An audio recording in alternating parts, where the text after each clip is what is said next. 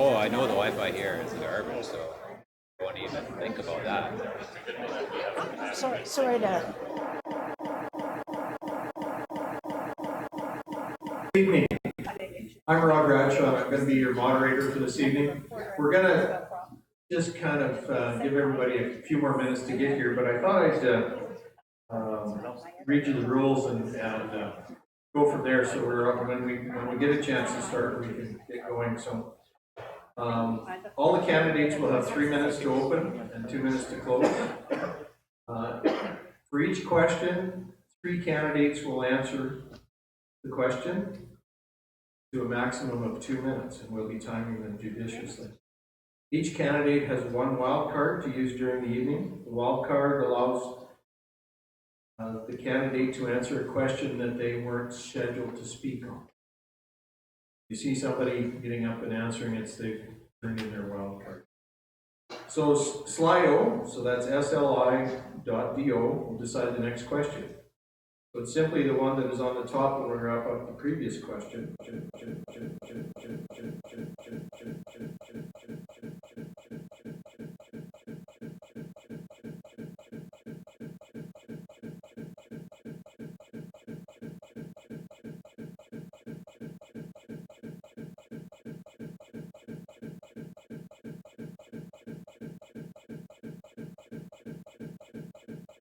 If you don't have a device that allows you to log on, we will be taking handwritten questions and we'll be keying them in. Candidates have the option to answer questions that we're unable to get to, and we will post those on the Chamber's Facebook website. Forum will end approximately 9, a little after 9. As we had a question at the provincial forum, how long can we sit on our butts? Because the chairs were getting hard. So anyways, we'll wait a few more minutes and then I'll call the candidates up and we'll get going. We're just going to give a few more people a chance to come in the hall. We won't wait too long, so thanks for coming.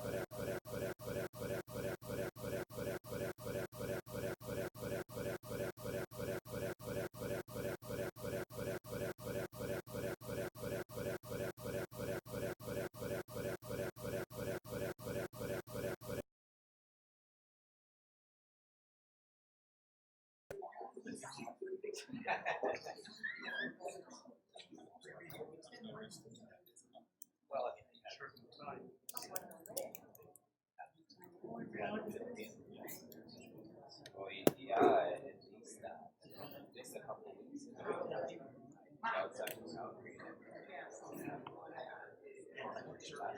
and then they had one map. I actually thought that they weren't.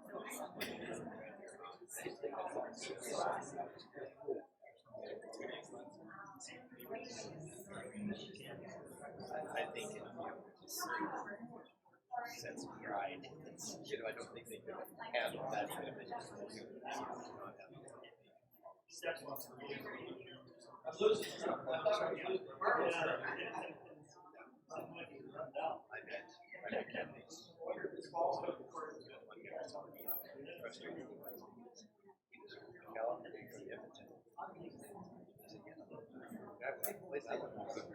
They brought in some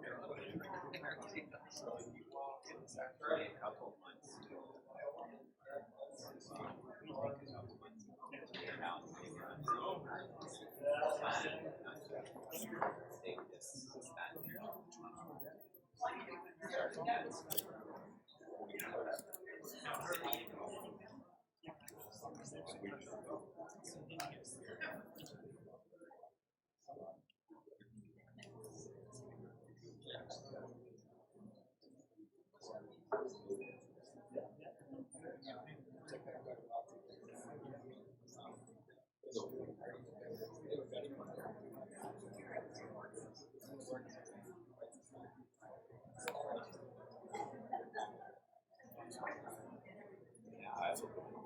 We had some people have some problems getting in. Is anybody else having any signing in?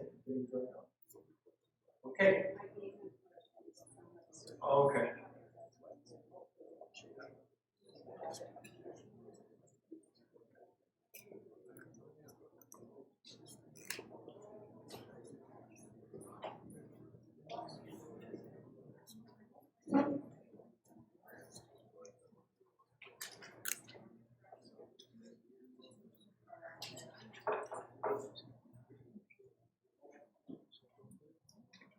I'll apologize to the candidates now. I took the alternative, I don't know how many times, but it was a long time ago when I had hair then. Anyways, welcome again. I'm Rod Bradshaw, I'll be your moderator. So I'll introduce the candidates.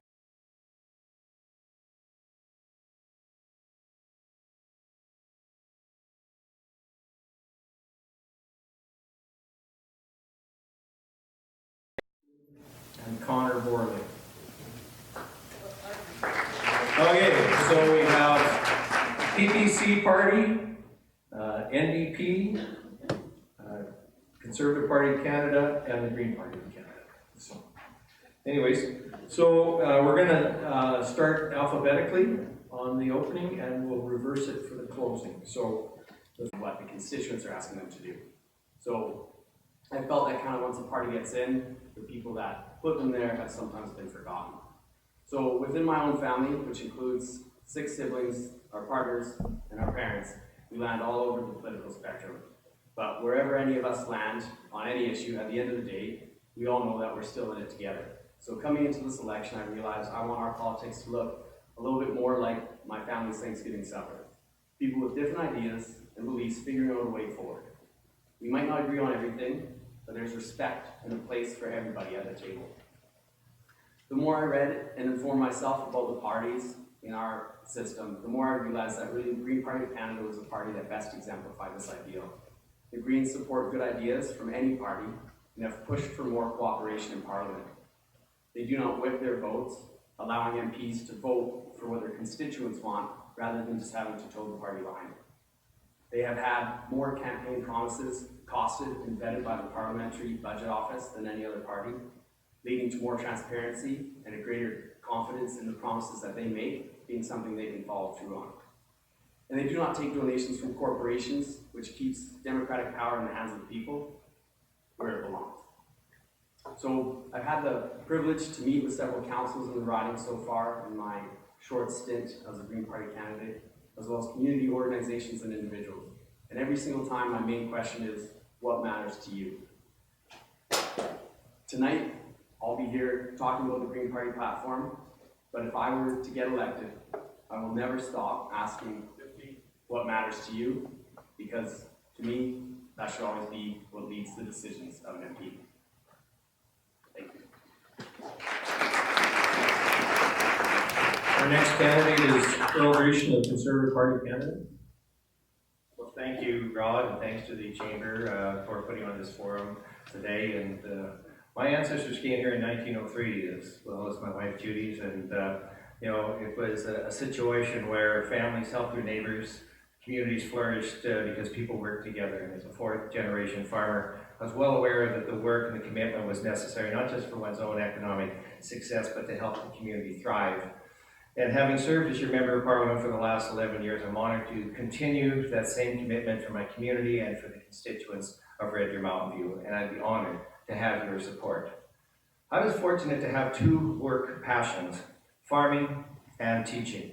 And what a better place to do that is in the Innisfail High School, where I taught math for 34 years. And so I was also on the Elnora Hospital Board, both as a member and as a chairman, which gave me the unique perspective of our healthcare system, and I believe served me well when I served on Health Committee in Ottawa. And that's why I'm so excited about our Conservative Party's pledge to provide $1.5 billion for MRI and CT diagnostic scanners to work towards lowering healthcare wait times throughout the country. Now, since being elected in 2008 as your Member of Parliament, I've been proud to use all of these experiences that I've had to work and to serve on your behalf. My role as an elected official allowed me to present and have passed on behalf of a resident a private member's bill. that changed the Criminal Code of Canada.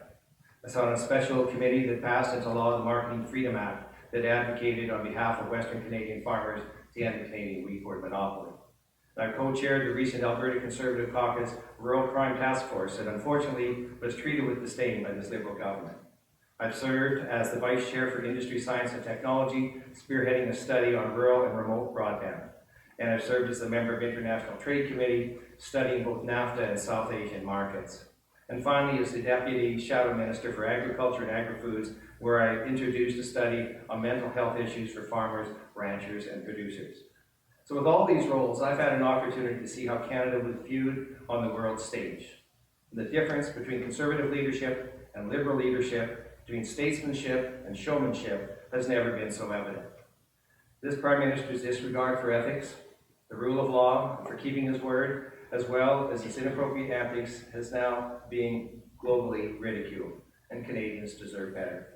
And that's what Conservatives, with our leader Andrew Scheer, will provide as we work to make your lives better and more affordable. We'll be cancelling the crippling carbon tax. We'll introduce universal tax cuts and take the GST off of home heating fuel. And we'll make maternity benefits tax-free. And we'll do this while balancing the budget, looking after the environment, maintaining a strong health and social safety net, and ensuring responsible, renewable, and non-renewable resource development, and bringing respect back to Canada and the international stage. Thank you. Our next candidate is Logan Garbanewski from the New Democratic Party.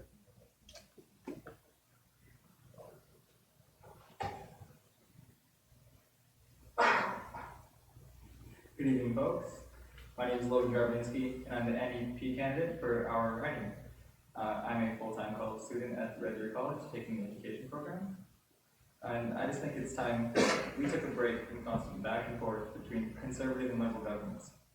The cuts made by previous conservative governments and our current provincial one are telltale signs of what conservative government will do for us now. For decades, governments in Ottawa have been making choices that hurt everyday people while benefiting the richest people and most profitable corporations more and more. It's time we elected a government who's willing to stand up to big businesses, stop letting them get away without paying their fair share, and we put an end to subsidies for multi-million-dollar corporations. It's time we had a government who invested in Canadians, invested in services that we all use and rely on, and a government who's actually in it for you. I'm here, and I'm in it for you.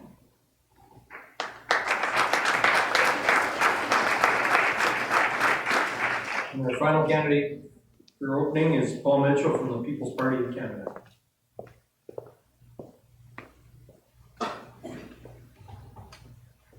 Thanks for coming out.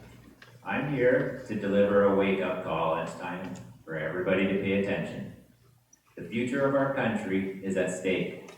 With the Trudeau government, there's been corruption, lies, and the Alberta economy is a wreck. Here we are in the Innisfail Legion, and Justin Trudeau's candidate, Gary Tremblay, is missing. Is anyone surprised?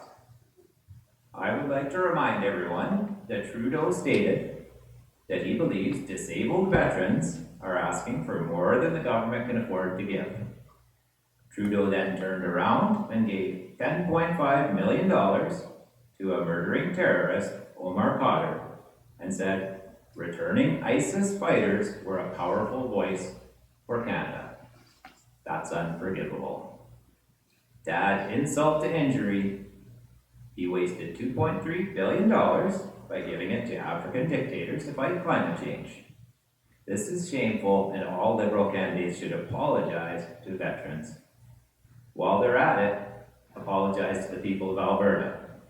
There have been over 30,000 kilometers of pipelines built south of the border since 2015 and 0 kilometers in Alberta. All the while, with equalization money being funneled out of Alberta to Quebec, which is receiving $13 billion in equalization payments this year. I meet people every day who have lost their businesses, their jobs, and their homes because of what the Trudeau government has. And now, adding to the mess, the Conservative Party of Canada is so compromised, so centrist, and with such a weak leader, Andrew Scheer, that the voters back east may still choose Justin Trudeau. It's pathetic. So, like it or not, we're headed for a minority government in 3 weeks. And the next Prime Minister will be chosen, as always, back in Ontario and Quebec. You know it, I know it, we all know it. In a minority government, Alberta needs the hammer, and there's only one way to get it, by choosing the People's Party of Canada. Don't waste your vote on centrist Conservatives or on a permanent backbencher, Earl Dreeshen, who toes the line for Ottawa. I'm Paul Mitchell for the People's Party of Canada, and I will fight for you. I have bills ready to go on property rights, rural protection, and ending late-term abortion. With People's Party of Canada, Alberta can hold the balance of power in Ottawa this year, in just 3 weeks. So choose to fight for your kids, for your country. It's time to fight for Alberta. Thank you.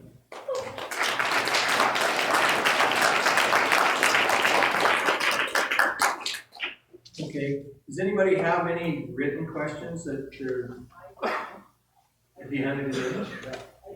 Okay, no, but has anybody got any more written questions? I just want to, so, I don't see any mark right now, so anyways, if you do, just wave your hand and we'll get one of the volunteers to come and pick them up for you. Okay, so the first question. Rural crime is increasing and many Albertans are being targeted by criminals every day. What specifically would you do to address the runaway problem?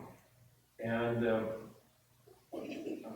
Connor is, so the three answering this question will be Connor Borley, Earl Dreeshen, and Logan Garbanowski. Check. Okay. Sorry, I'm a teacher, so I don't think I've ever spoken from a seated position, so I'll probably stand up whenever I talk.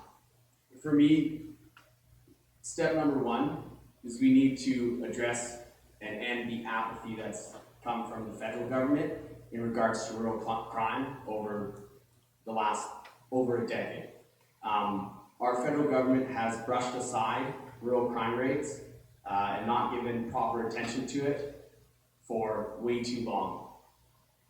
So the first thing is to end that. We need to empower municipalities, and one of the ways that the Green Party plans to do that is to balance better how municipalities attain their money. Right now the federal budget is split 50% federal projects, 42 provincial, and only 8% goes to your municipality government.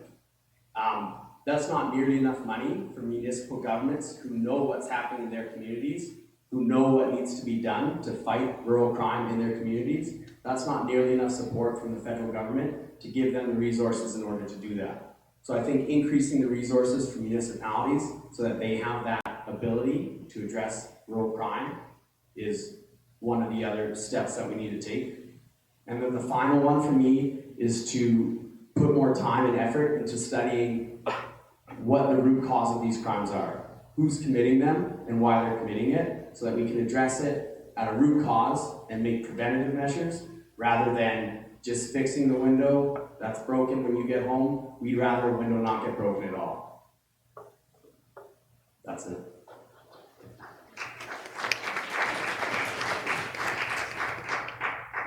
Well, I'm Earl Dreeshen of the Conservative Party again. Well, thank you very much, and I certainly appreciate the question on rural crime. I was the co-chair for the Conservative Party's task force on rural crime. I've been involved with the Rural Crime Watch for a number of years, and so really what we had done is we had gone around the province and we were talking to individuals. I know we had a meeting right here in this building, where we were starting to look at all of the different aspects, some of the things even that Connor had mentioned for the root causes. A lot of it has to do with our economic situation, because we've seen this happen over the last 2 years, where the fact that we have folks that are losing jobs and coming back, they're used to having a certain level of income. It's not there, and so they're causing some severe problems in our communities. But more than that is it's a revolving door that we have in our justice system. And so with that, we've made a pledge, and actually we went through it. We had about a 70-page report that we had delivered to the House of Commons. We had it done in the Public Safety Committee. As it turned out, the Liberals turned that into a 3-page report as they canceled everything that we had done. They said 3 pages is all that this deserves, which basically means that we had no chance to be able to rebut anything that was given there. So it's a frustration. This federal government that isn't concerned about the concerns that rural Canadians have. And so what we've looked at is to make sure that we have the funding there that's allowed so that our judges, we have an adequate number of judges, and we want to make sure that we have the money that is available for our police forces as well. But with the discussions that we have, I think that's one of the most important things that we can do. Thank you. The next candidate, Logan Garvinsky, NDP. Thank you for that question. So as New Democrats, we understand that building a sense of community safety is not just about the absence of crime. It's about making sure that everyone matters and that we address the root causes of crime.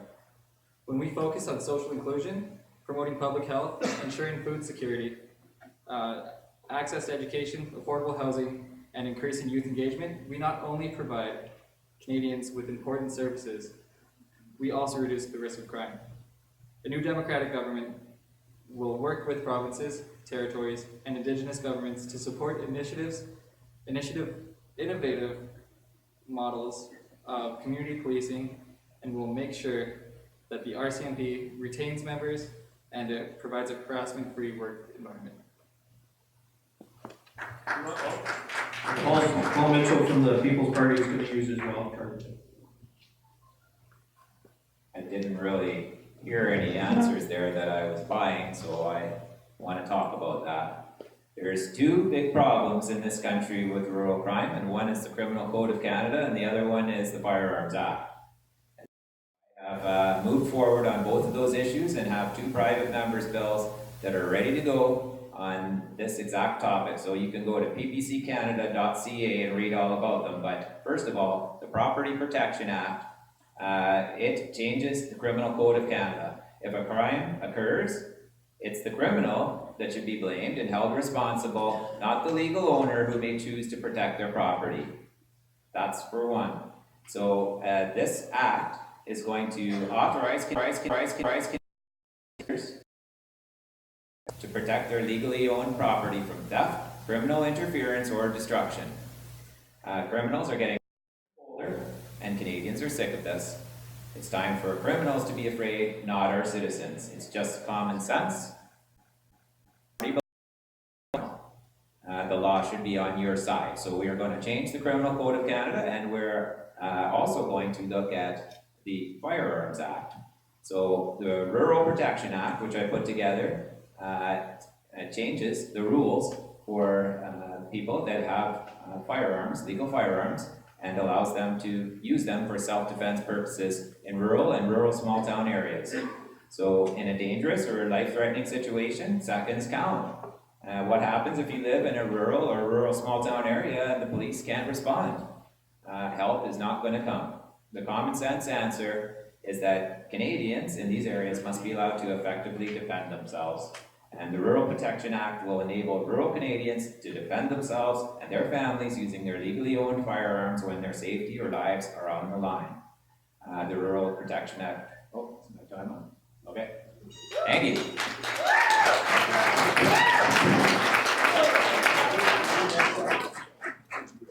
Okay,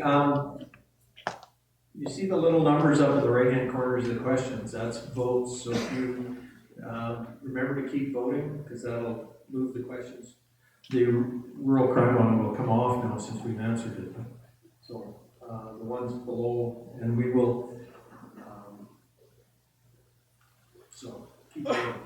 If you don't like the question at the top, you can vote it down the list by voting ones below it. So. Okay, so the next question, what action will your party take to protect and enhance our public health care system?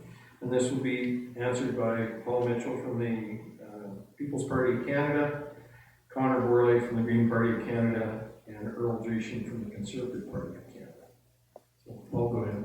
So I've been door knocking for months, and this keeps always They're in the bathrooms, they're in the broom closet, and if you go in for a heart attack, they can't even help you at all. They'll have to send you to Calgary or Edmonton, and that is a ridiculous situation. And sometimes it's leading to either fatalities or severe situations. I was door knocking in Cremona, and a lady invited me in, and I turned the corner, and there she was with no legs. Well, she'd gone into Red Deer Hospital with a problem, and they sent her home. They couldn't help her, and within a month, she'd lost both of her legs.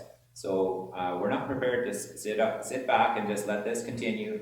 We're going to do a couple things that will really change the situation. First of all, we are going to take the GST tax away from Ottawa and hand it back to the provinces as a dedicated healthcare fund. And that will dramatically increase healthcare funding here in Alberta. We're using that to replace the Canada Health Transfer. And just by returning back to Albertans what they already spent when they made their purchases, it's going to probably increase healthcare funding by about 25 to 30% here in Alberta. Now, the Canada Health Transfer, right now, it sounds like it's for healthcare, but it unfortunately can be used by the provinces for any purpose. And sometimes it's not used for healthcare. So this return of the GST as a dedicated healthcare fund can only be used for healthcare. But there's another problem, and that is we are facing a situation where our healthcare situation has not been innovated like in many other countries. So we're going to take the handcuffs off the Kenney government and all of the other provincial governments and allow them to pick and choose some of the innovations that have worked particularly well in other countries. There's no reason that in France, knee replacement will only take two weeks, and here it takes 2 years. So we're going to allow that innovation.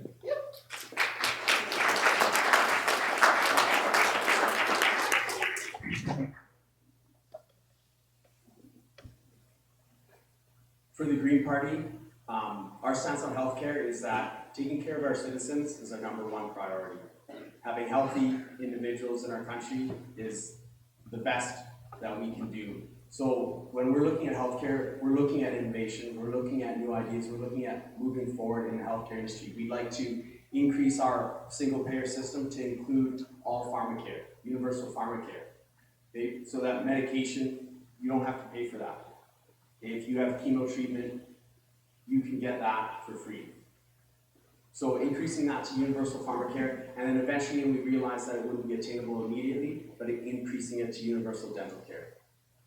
We believe that contributions from everybody for the better of the good is what's best for healthcare, and that leads to universal healthcare for everybody, universal pharmacare, and eventually universal dental care. There should be no reason that somebody is not able to attain the medication that they need simply because they don't have the proper coverage. And the Green Party of Canada will make sure that every Canadian is covered for every health issue that they need.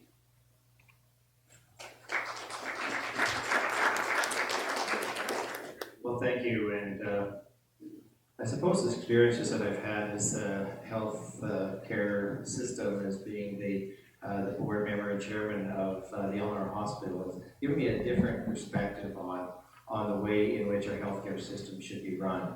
And absolutely, the wait times that you see, the fact that so many people are not able to get a doctor, these are critical concerns and issues that have to be addressed.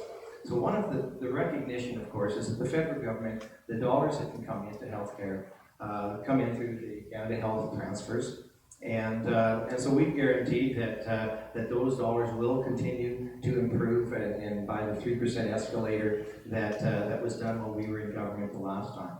And so therefore, they recognize that they'll be able to maintain the funding levels that are required.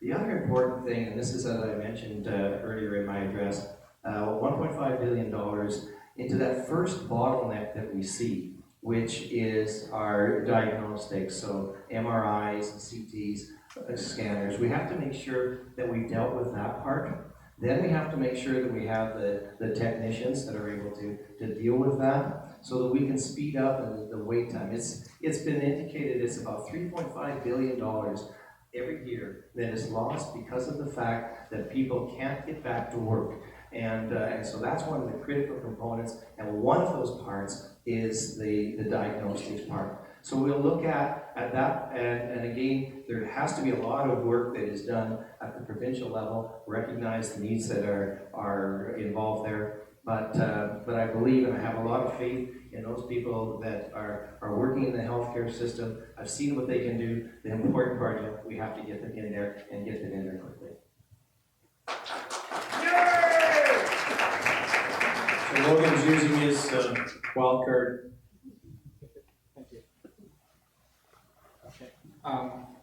So the New Democrats led the fight to establish universal public health care, and it's one of our party's proudest achievements. But our healthcare system is falling behind, and it's not covering the needs of Canadian citizens. We plan to expand universal healthcare to cover Medicare for all, which would mean big savings for employers who are currently paying for employee benefits, and it would include quality drug prescription coverage for everyone. We also would like to work with the provinces and territories to tackle wait times and improve access to primary care across the country. We will identify coming gaps in health human resources and to make a plan across the country to recruit and retain doctors and nurses and other healthcare professionals that Canadians need. We'd also like to extend Medicare to cover services we need such as vision, dental, and mental health, which is something that Canadians all across the country struggle with and need better access to and better services.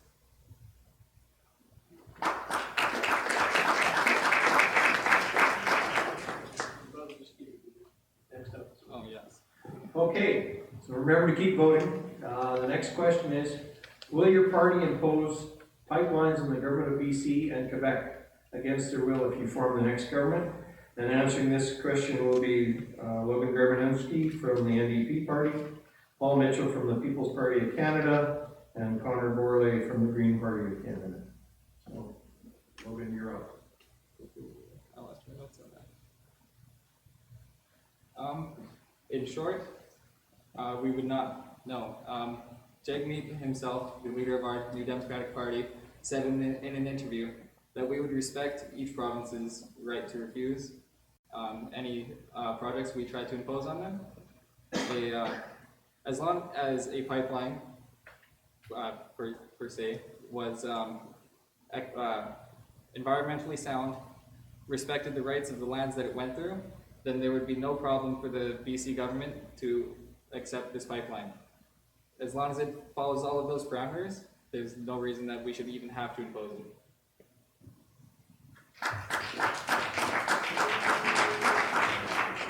Okay, next is Paul Mitchell from the People's Party of Canada. Yes, we will impose pipelines if necessary, absolutely. We're going to use section 9210 of the Constitution. That's the highest law in the land. And what you do is you pass a bill through the House of Commons and you name a pipeline and say that it's in the national interest. So we'll start with Trans Mountain expansion and then use it for any of the future pipeline projects. Once it's named under section 9210 of the Constitution, it cannot be blocked by other provinces or by the courts. And so we are going to move to impose pipelines right away and get Alberta back to work. We're also going to repeal Bill C-68 and Bill C-69. And we're going to make sure that the approval process is also streamlined, because right now you have to take about 3 years to get a project approved, and you have to look at crazy things like the intersection of sex and gender to build a pipeline.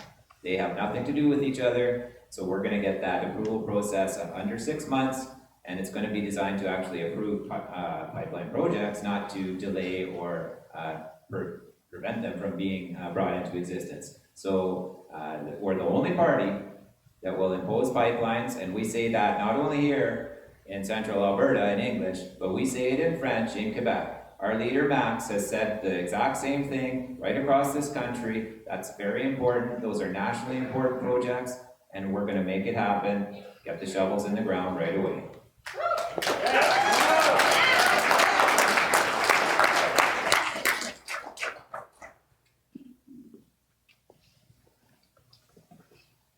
For me, speaking honestly, if private sector companies were willing to take the pipeline on as an investment, then this would be a different question. But right now, governments that would force that are saying the Trans Mountain Pipeline, which is low ball estimate going to cost taxpayers, that's us in this room, $14 billion. And the yearly return on that we know we get, is $500 million. That's 28 years to pay off. Now, there's the hope that corporations will then increase investment, but all of that investment, the hope is that it comes in production. Alberta is already producing 20% more oil and gas than we were at peak in 2014. Sadly, the jobs and the money is no longer in production. Jobs and money are in the next stage, and that's upgrading and refining. And the Green Party of Canada would build upgraders and refineries here in Alberta, creating jobs for Albertans here, and getting us off of foreign oil. We've spent over $20 billion on oil and gas from Saudi Arabia over the last decade alone. That's under conservative, that's under liberal governments. The Green Party will get us off foreign oil and just using our oil and gas. There's no reason that a transfer into renewable energy would stop or prevent Alberta from still being a leader in the energy sector. The Green Party will invest in jobs in Alberta through infrastructure projects, through upgraders and refineries, and we'll get our people back to work. The jobs, sadly, are no longer in the raw resource extraction. The jobs are in manufacturing, and that's where the Green Party is willing to move. Earl Grecian's going to use his wild card on this question. There was billions of dollars of private sector money that was prepared to go into the pipelines that were shut down by the Liberal government. Northern Gateway, the procedures where everything was set for it, it was just an arbitrary decision by this Liberal government to shut down tankers having Alberta oil going through those particular waterways. It doesn't matter that Alaskan oil is coming down there. It doesn't matter that we have Russian oil that is going down onto the west coast of BC. So there was private sector money that was prepared to do that. We have forgotten about that. We have forgotten about Energy East. We didn't look at what was happening with the Keystone XL, where Trudeau and Obama had that particular project shut down.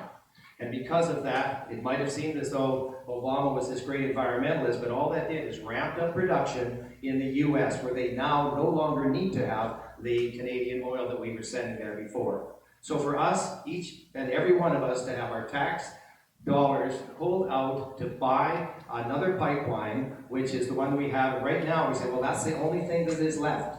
It is left because it was easy. It was already had an easement, so it was just a continuation of what was going on there. But believe me, the Kinder Morgan folks were able to take the extra money that they have, and they are building pipelines around the world using Canadian dollars, and it is taking American oil and taking it to the coast. So quite frankly, we have to make sure that we have our energy that is going all around the world, and we can't sit back and allow these actors and foreign actors to come in, shut down our industry as we try to move forward. Thank you.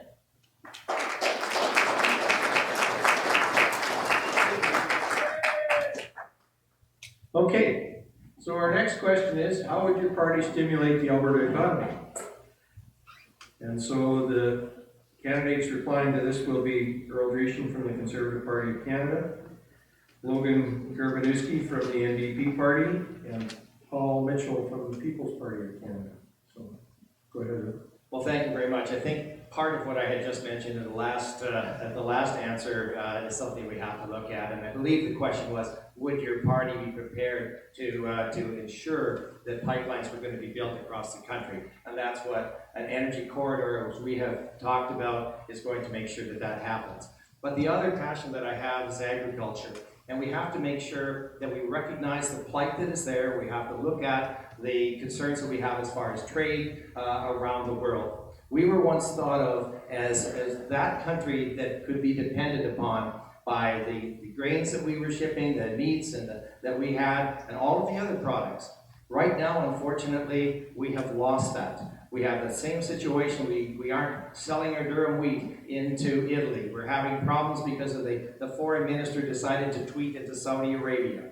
We have issues as far as Peru is concerned, as Vietnam. India has shut down and put added tariffs onto the pulses that we send there. And of course, the Chinese issue is something that is just a horrendous situation.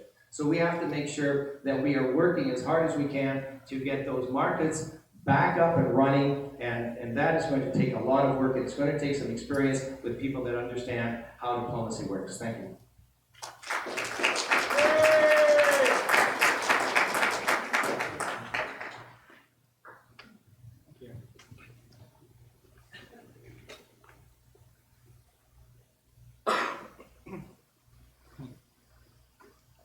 So by using community benefit agreements, we will guarantee good jobs, training apprenticeships, and support for local businesses as part of every infrastructure project across Canada. And universal farm care would also be saving small businesses approximately $600 a year per employee. And we also recognize that a shortage of workers is a major barrier for small businesses operating in rural areas. We'll make sure that new investments in training Canadians and to boost support in traditionally underemployed groups, ensuring that they can access good jobs that pay a fair wage. And Earl is right, agriculture is the backbone of our economy, and it's an incredible source of pride for our communities. And a high-tech industry that depends on talented and skilled workforce. So mental health is a huge support that we think that our farmers need. We'd like to work with Canadian farmers across all provinces and bring them together to develop a national strategy to address mental health challenges that farmers are facing, and to ensure that farmers can get the help they need when they need it. Okay, Paul Mitchell from the People's Party of Canada. I'm going to try and multitask here. Earl didn't say that he would impose pipelines, just wanted to bring that to everyone's attention. Next, since I'm about to miss the next question on equalization payments, we're the only party that will make sure that equalization is fair for Alberta, and we will change the equalization formula right away. It's very easy to do, it takes one day and just a cabinet decision, and we will fight to make sure that that happens. So, going back to the economy of Alberta, well, we're going to cut taxes. We want to inspire the private sector, because it's the private sector that creates jobs and creates prosperity. So for entrepreneurs, we're going to cut your taxes down to a flat tax of just 10%. When it comes to workers, your taxes will be lower as well. From 0 to 15,000, there'll be no income tax. 15,000 to 100,000, a flat tax of just 15%. And if you have a good year and you earn over 100, the additional dollars are already paid income tax on it the first time you earned it. So why should you pay over and over and over again? So that will stimulate the economy quite a bit, but that's going to cost us some money. So we are going to cut some programs that we do not like. First of all, we're going to get rid of all corporate welfare. We're giving between $5 and $7 billion a year to big companies like SNC-Lavalin, Bombardier, GM, Air Canada, BlackBerry, and we are going to get rid of that to cut your taxes. We're also going to get rid of some of Justin Trudeau's foreign giveaways. He gives away between $5 and $6 billion a year to foreign countries, and that's not our priority. Our priority is helping the people in this room and the economy here in Alberta and the economy right across Canada, and so we are going to cut that program so that we can have more money to cut your taxes. Yes.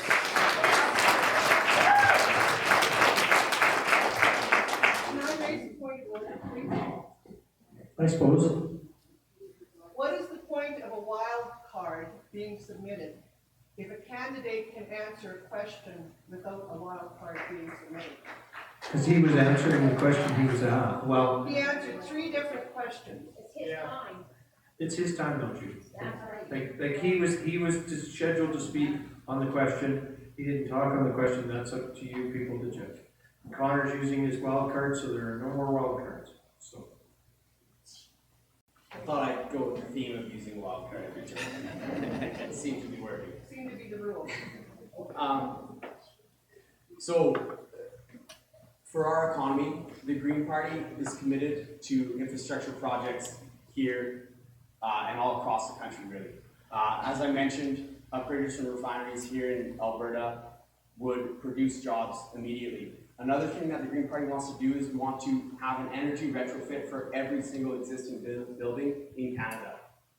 I know that sounds like a big task, but for a big task like that, we will literally need thousands and thousands of skilled workers. That is work, that is jobs for Canadian citizens. The Green Party believes in a trickle-up economy. More Canadians working, more Canadians with jobs, more Canadians making money. That's more Canadians spending money at the local grocery store, at the local restaurants. That's more money towards small businesses. The more money that we give to Canadians through infrastructure projects and a guaranteed livable income, that's money that comes back to us. We see, and there's proof that big corporations, the money that they gain, they sit on it. They hold it, and then they invest elsewhere. They invest outside of Canada. Canadians are the ones that invest in Canada and keep our economy stimulated and continue to grow and keep our money here at home where it belongs.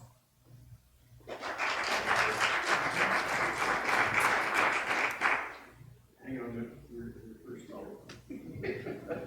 Okay, so remember to keep voting. Is there anybody got any written questions that they would like to submit?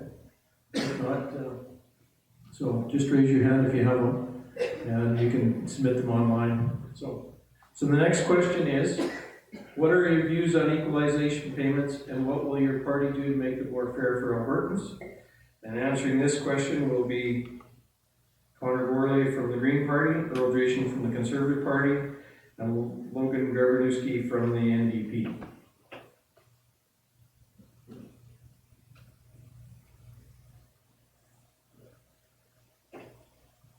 The Green Party of Canada doesn't have any immediate action on the equalization payments, but the way that Alberta would see a growth out of it and a benefit out of it is more investment in, like I said, the upgraders and refineries here in Alberta and in infrastructure projects here. Another way that we could see Quebec paying us back is with a renewable energy corridor. We could be benefiting from Quebec Hydro, also BC Hydro, so that any low times for energy pull or energy usage from them doesn't get wasted. That energy comes to Albertans, and that saves us on our gas bills, on our energy bills here at home.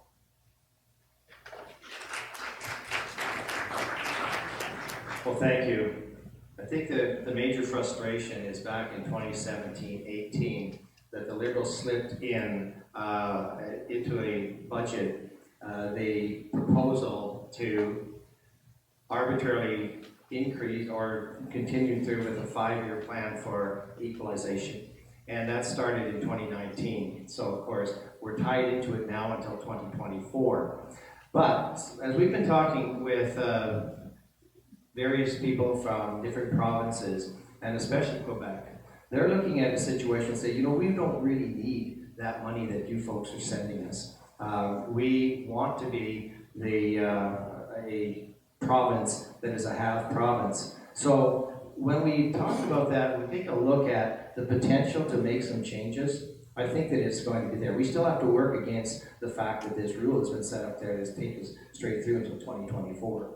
But I think that we have to make sure that we're standing up and people recognize that it's because our resources here in Alberta have fallen off the table, which is the reason why we're having these difficulties. I think that that's something that we have to really pay attention to, and you know, any way that we can help the provinces as they sit down to make future decisions, you know, we'll be there at the table with them. What rule prevents it from changing? Well, You still have time to go after. the relationship that we have, I mean, it is in the federal budget. I mean, somebody had suggested, you know, it's just a cabinet decision. Okay, well, where's that cabinet decision going to come from? You know, so I think that's one of the key components. And if we are the government, you know, then we have that opportunity to sit down with the provinces and renegotiate a deal.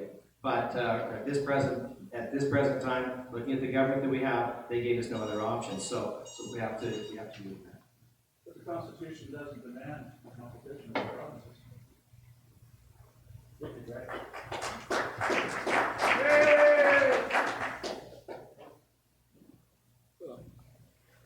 So, go ahead, Logan. So the NDP does not currently have a plan for the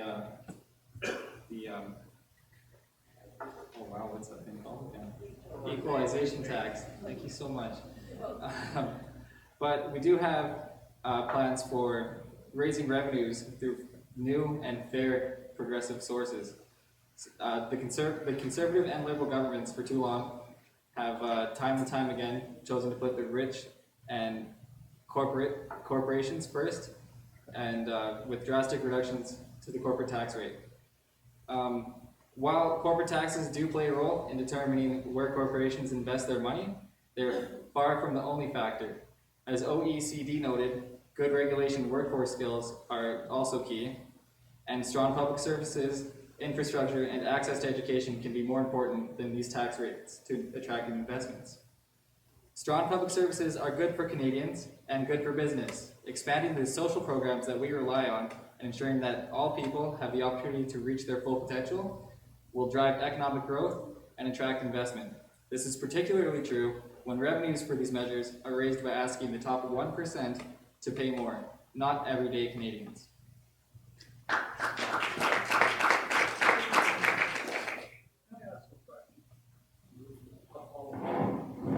Well, this is a form, it's not a, That's simple. I listened to you, and I got. write it down.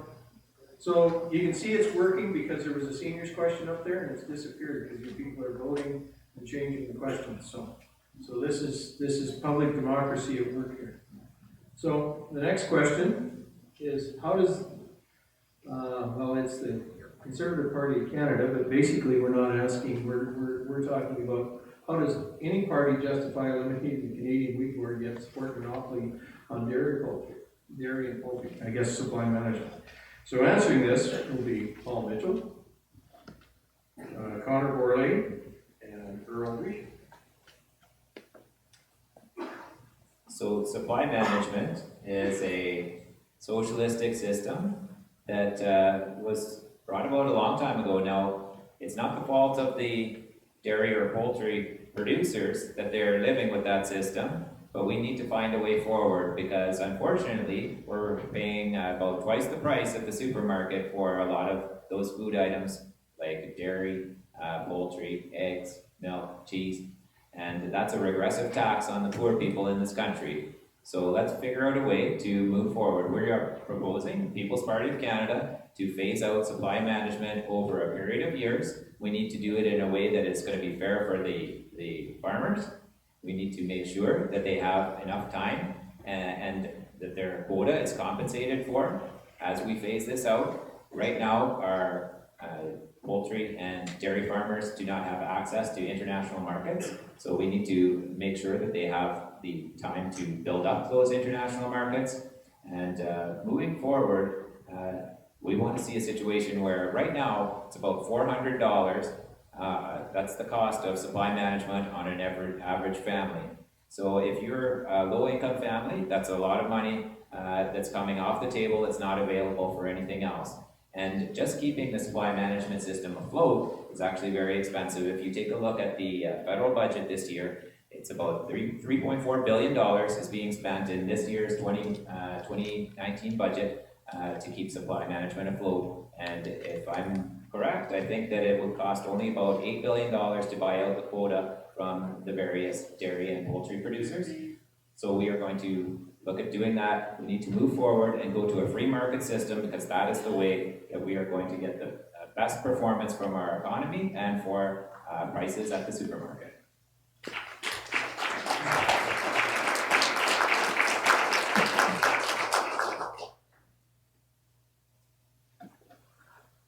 I don't have anything specific to say about the Canada Wheat Board, but what I will talk about from the Green Party's perspective is that too much of our food supply comes from multinational, large conglomerate farms. And the Green Party is in favor of supporting and bringing back more of our food supply to small local farmers. The Green Party believes in investing in the next generation of farmers. I'm sure everybody in this room is well aware of how difficult it is to get into the farming industry if your family's not already in it, to find any sort of land or machinery so that you can join the farming industry as a local producer, as a small-scale producer. The Green Party of Canada is committed to committing dollars and training, business and ag training, to anybody that's interested in becoming a new farmer and joining and becoming a small-scale producer.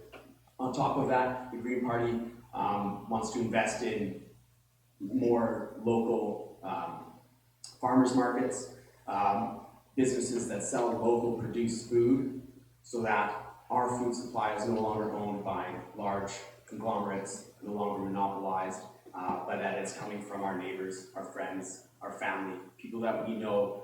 We see that food, we see them, and we know where that's coming from. And that's the way that the Green Party wants to turn to more local food production.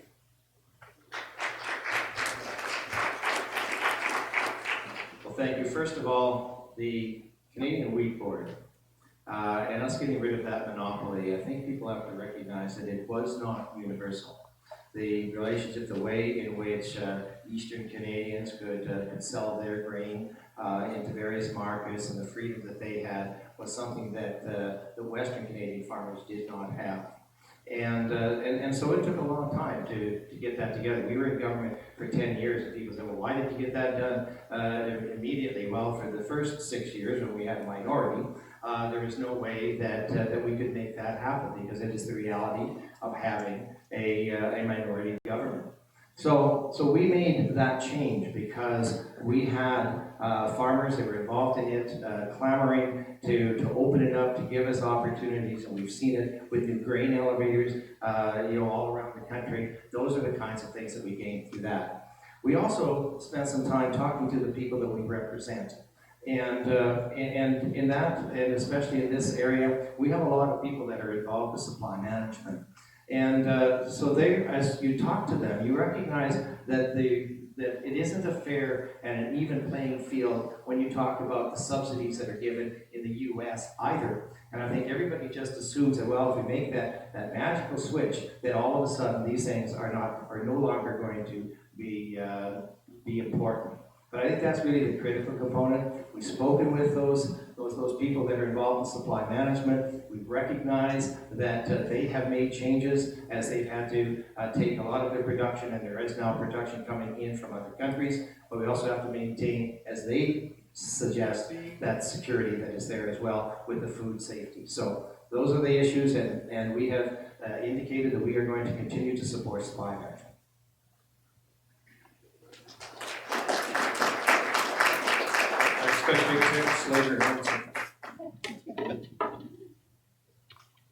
Okay, next question.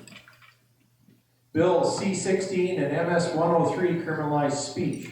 What will your party do to reverse this attack on Section 2 of Charter Rights and Freedoms? And answering this will be Logan Garbanewski from the NDP, Paul Mitchell from the People's Party of Canada, and Connor Borley from the Green Party of Canada.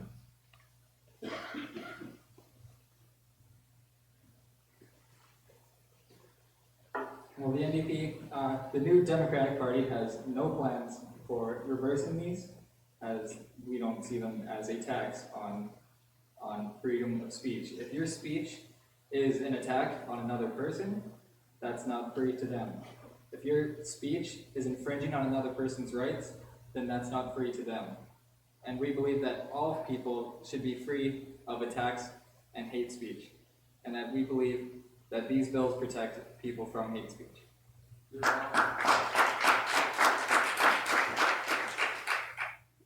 I completely disagree with what Logan just said. M103, the Islamophobia motion, and C-16, the transgender bill, have created a situation of compelled speech in this country and criminalizing speech. It is not about hate speech, because hate speech already has a definition in the Criminal Code of Canada. It's an attempt to expand the definition of hate speech in a way that will favor certain groups within our society to the detriment of others. So we are going to repeal both C-16 and M103, we're going to ensure that Canadians can exercise their freedom of conscience to its fullest extent under the Charter, and that they are not discriminated against due to their moral convictions. Now, both of those bills are highly problematic. I think we could probably talk about just those two bills for all evening, but the bottom line is C-16 and M-103 take us down a very dangerous path in our country. We do not want to have the government saying what you're allowed to believe and what you have to say. As soon as you have that, you do not have a free country anymore. And I believe that, once again, People's Party of Canada is the only party that will fight for this issue. And we saw recently in the Justice Committee on Parliament Hill, when Michael Cooper from Edmonton exercised his free speech and actually said something that was completely true. He was fired from the Justice Committee by Andrew Scheer of the Conservative Party and forced to apologize for even bringing up the topic. And, well, there was only one member of Parliament in the whole House of Commons that stood up for Michael Cooper, and that was Max Bernier, leader of the People's Party of Canada. I think we need to allow freedom of speech in this country. We need to protect it. We need to put our foot down, and that's what we're going to do.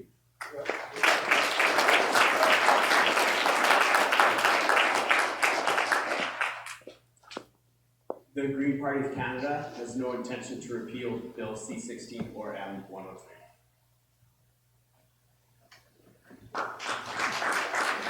Okay.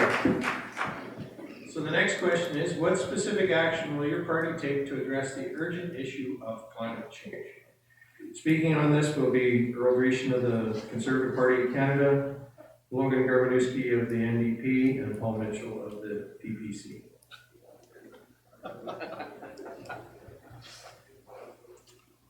You know, I think one of the worst things that has happened is the carbon tax that we have had hoisted upon us. There was a situation where, you take a look at Australia, where they had a carbon tax and they got rid of it. There was a discussion that had been taking place that if there had been a North American price on carbon, that we could be competitive within that realm. But when the U.S. decided that they were not going to saddle their people with that particular cost, that's when there should have been a change of thought process here in Canada.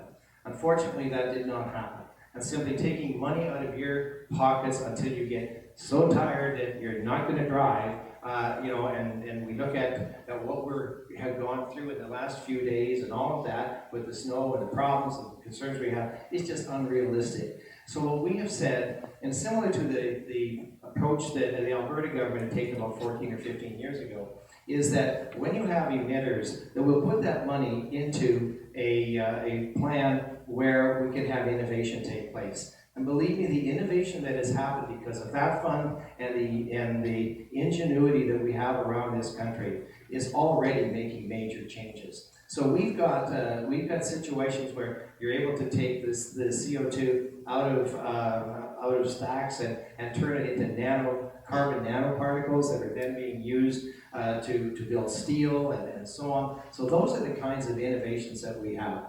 And then as far as the rest, everyone talks about the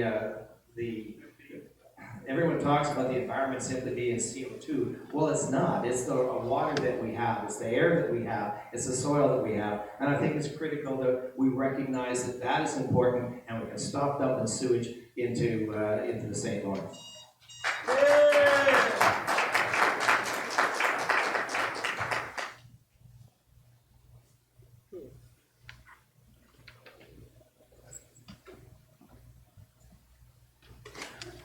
So the NDP would like to focus investments on renewable energies.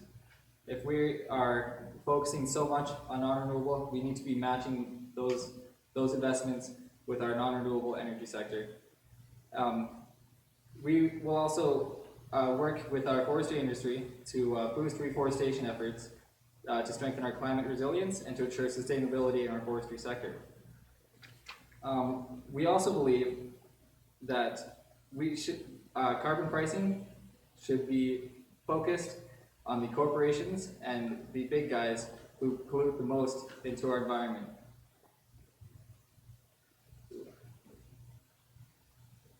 70% of all carbon emissions in the world come from just 100 companies.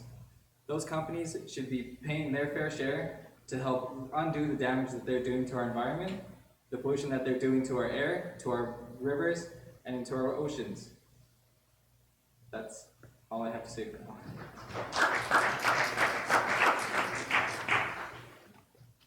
I thought Earl's answer was very interesting because his party, and this is an ad from Andrew Scheer that anyone could come up to me and look later, says that the Conservative Party of Canada is the best chance of meeting the UN Paris Accord agreement. More so than the Green Party, NDP, or Liberal Party. So let's talk about the UN Paris Accord. It's the most expensive agreement in human history. The total cost, according to the UN's own figures, is going to be $100 trillion by the end of the century. So it's over $1 trillion a year. And what does the UN say is going to be the world temperature change 81 years from now? Well, they say it's going to be 0.3 degrees Celsius. So that's over $1 trillion a year. That's a lot of money. And I guess Andrew Scheer thinks it's a very good idea. Maybe Earl is not agreeing with his leader, I'm not sure. But my leader is very clear on this. There is no climate emergency. We had multiple frost warnings in Didsbury in August, and I'm pretty sure global warming is not going to overtake us anytime soon.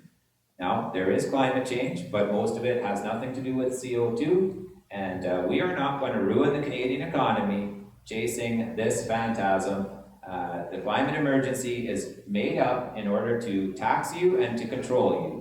And that is not a game that we're going to play. We're going to call it like we see it. And the way we see it is we are going to prioritize other things such as true environmental issues, such as clean water, clean air, and clean soil. How can we spend $2.3 billion on African countries to fight climate change when we have toxic drinking water on some of our remote communities and Aboriginal communities?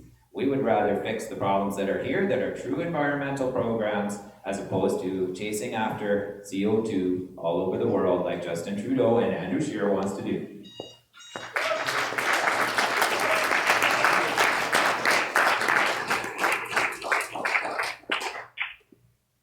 Okay. So moving on, anybody got any questions, the written questions? Keep hand in. If not, keep submitting, keep voting. That's how you move your preferred question to the top. So right now, the next question is, how does your party deal with issues that your riding may have that don't agree with your party policy? And answering this will be Connor Borley, Earl Dreeshen, and Logan Gervinewski.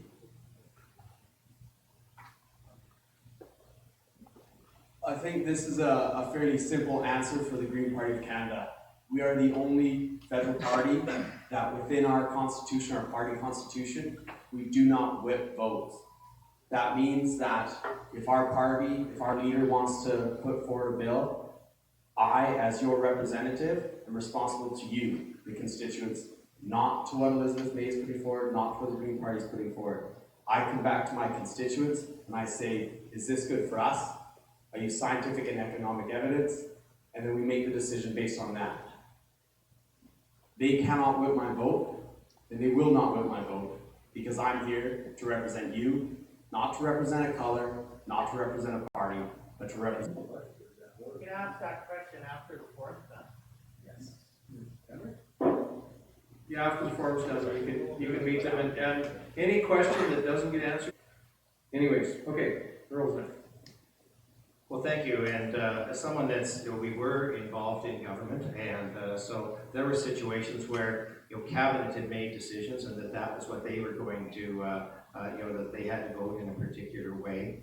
So that's understood. But as far as backbenchers are concerned, you had that freedom to be able to express your opinion, and then decisions were made. We've had individuals actually from our party that have done just that. But one of the key things is how are you going to manage the people that you're working with, and what kind of processes do you have? And this is something that I was extremely proud of. We had caucus advisory committees, and which no other party has ever had. And the process there was if you were interested in a particular topic, a particular decision that had to be made, you would be able to sit down with the cabinet minister that was associated with that and other groups and be able to express your opinion. Now, not always was that going to find its way into legislation, but at least you knew that you could talk about what was happening in your region, somebody else could talk about what was happening in their region. That's where you ended up having the consensus that was required. So there is a difference. I mean, Elizabeth May jokes quite often that she's never had a whipped vote, but I mean, she had been voting on her own up until a few months ago when she had a second person.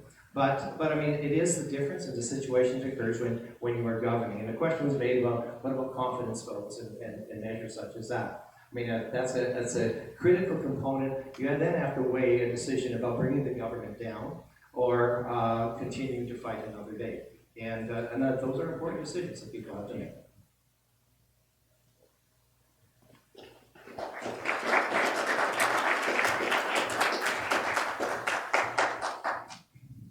I honestly don't know how to touch on this question after that great answer from Earl. What he said, I guess.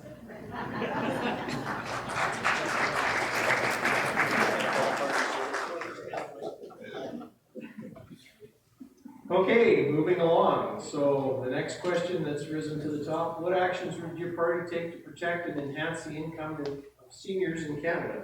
And it would be Paul Mitchell, Connor Borley, and Earl Ridge.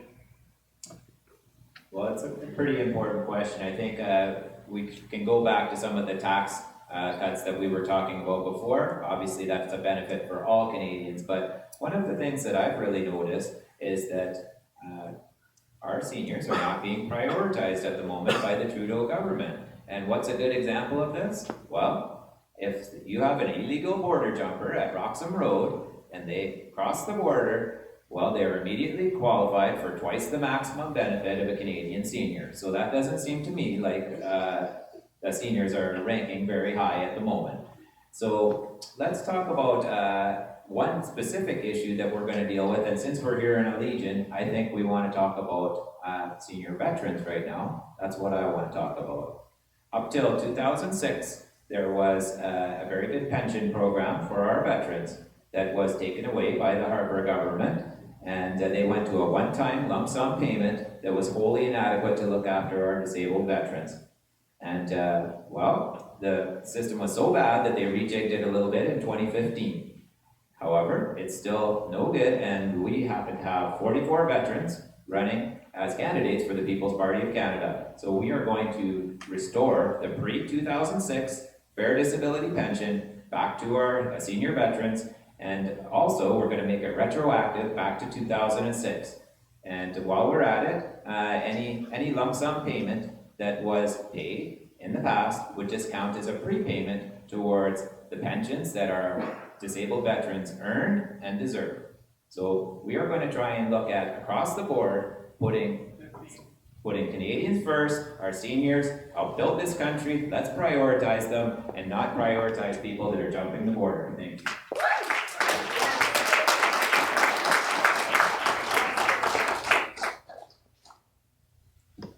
As the Green Party of Canada, we would provide a guaranteed livable income for Canadians.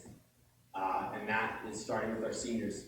So that means that our seniors aren't relying on pensions that weren't followed through properly, on whatever payments they might be receiving now. They have a guaranteed livable income, and their pensions would be on top of that. That guaranteed livable income would not be taxed. And for a portion of money, unless you go up upwards of $100,000 in income, then that portion of money would not be taxed from the guaranteed livable income, and you could keep that. We believe that universal pharmacare, public transportation investments, and affordable housing are all things that would benefit our aging population. We also believe that supporting innovations like home sharing plans and other measures to allow people to stay within their own homes longer, create more long-term care beds in neighborhood facilities and local facilities. I have a personal connection to a local facility up in Villeneuve. That's where my father was raised on a farm, and they built, as a community, a seniors complex just literally in the farm field right behind my grandparents' house.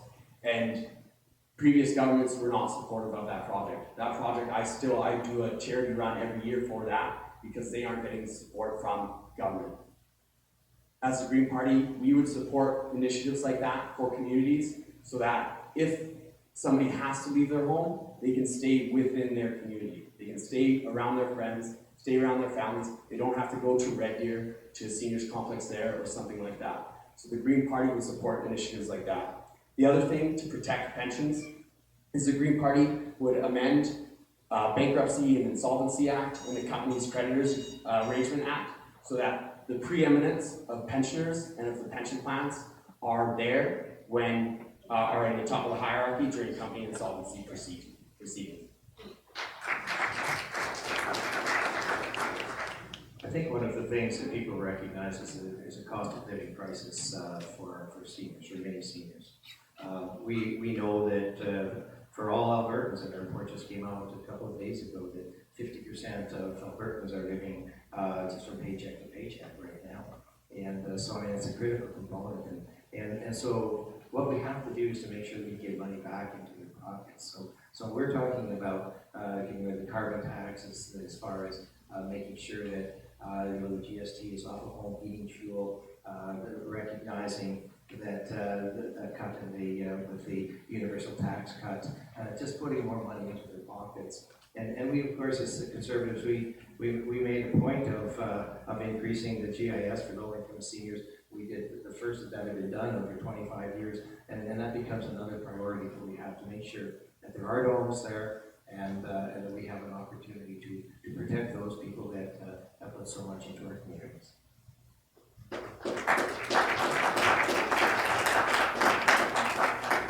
Okay. So the next question is, what is your party's position on firearms ownership in Canada? And answering this will be Logan Garbanewski of the NDP, Paul Mitchell of the People's Party of Canada, and Connor Borley of the Green Party.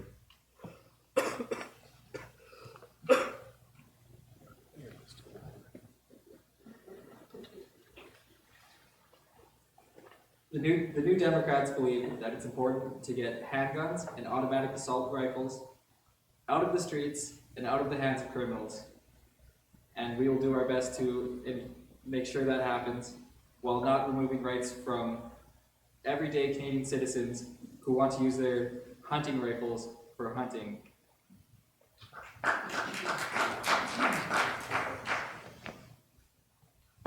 That's a great question.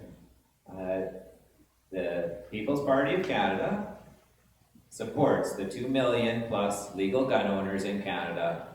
We strongly support them. So what are we going to do? First, we are going to get rid of the Firearms Act because that is a very bad piece of legislation. It is directly targeted at our legal gun owners, and we want the RCMP instead pointed at criminals, not at legal gun owners. We are going to go away from the current licensing system where every 5 years you have to jump through hoops or you get turned into a paper criminal and you can lose your property rights and your legal rights. So we're going to go to a lifetime certification system. Once you've jumped through the hoops the first time, if you're a law-abiding Canadian, you're good to go for the rest of your life. Second, we are also going to take away the ability of the Chief Firearms Officer and the RCMP to move the goalposts on Canadian legal gun owners. That is unfair that you buy a piece of property that's completely legal one day and then you wake up one day and it becomes illegal. That is not okay. We're going to put an end to that. We are also going to take a look at the way they classify firearms in this country. At the moment, it's a jumbled mess. And a lot of the classifications are based upon bureaucratic whims and also on the looks of a gun. We're going to base all categorization of firearms on function only to make sure that it's a fair system. And speaking for myself, I'm a competition shooter and I have a lot of experience in this area. And we will fight hard to make sure that the most law-abiding, highly vetted segment of our population, which is our legal firearms owners, are not going to have a sword dangling over their head at all times, having people like the NDP and the Liberals trying to take their firearms away.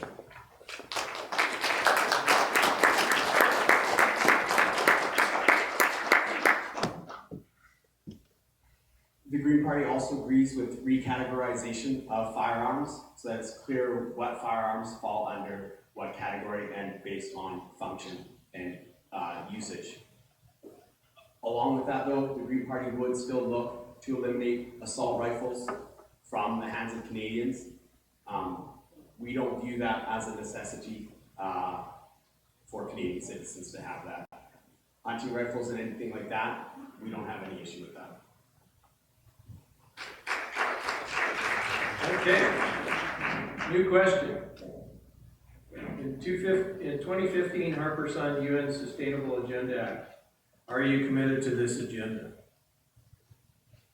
Well, first of all, it wasn't explained up there what that was, but part of it, and the part that most people are concerned about, is the Paris Accord and the issues associated with that.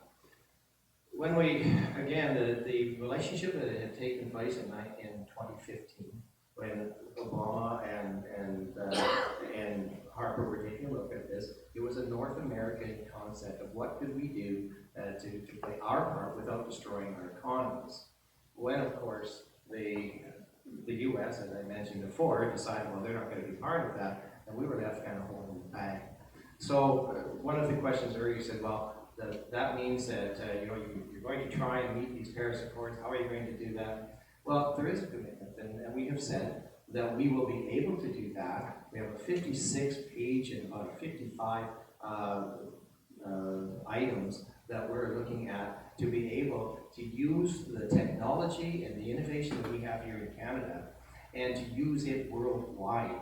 And this is the point. It's no good having a situation where you can build things in China where they are going to emit all they want, and then we bring it back in here without recognizing what's the effects to the environment. So we have to be able to recognize that. We should be selling this great technology.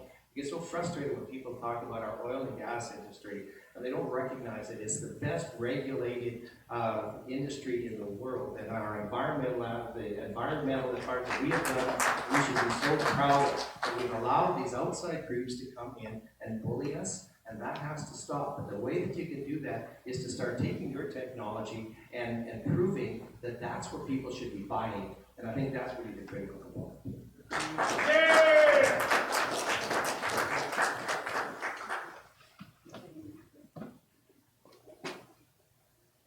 So the New Democrats are committed to meeting the goals of the Paris Accords. A lot of people like to point fingers at China and say, look at all of their emissions, look at their emissions. China is 5 years ahead of their Paris Accords goals, while under the Liberal government, we've fallen years behind. It's up to us to take the lead in climate change and to reduce our emissions and to clean up our environments here at home and lead by example and show the rest of the world how it's done.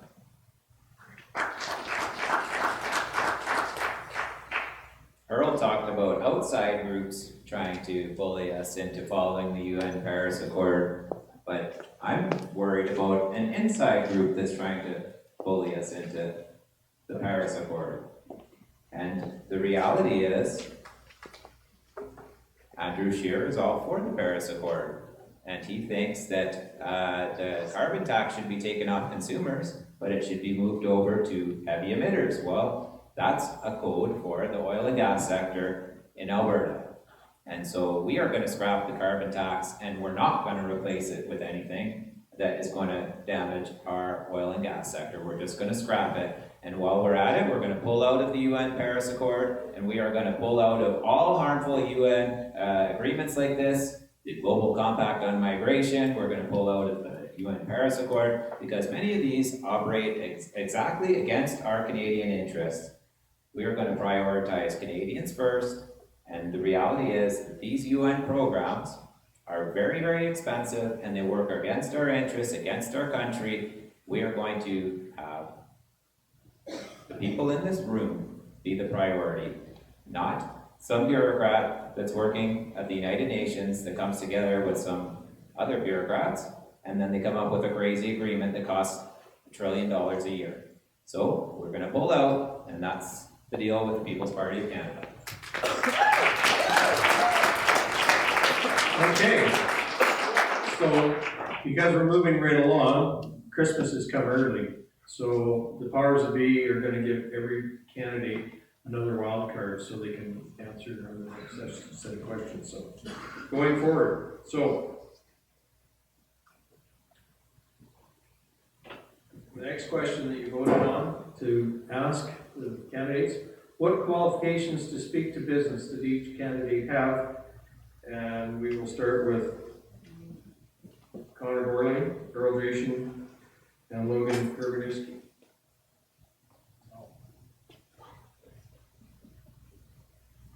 As I mentioned at the top of the night, I am a small business owner that operates, purchases, and employs locally here in Central Alberta.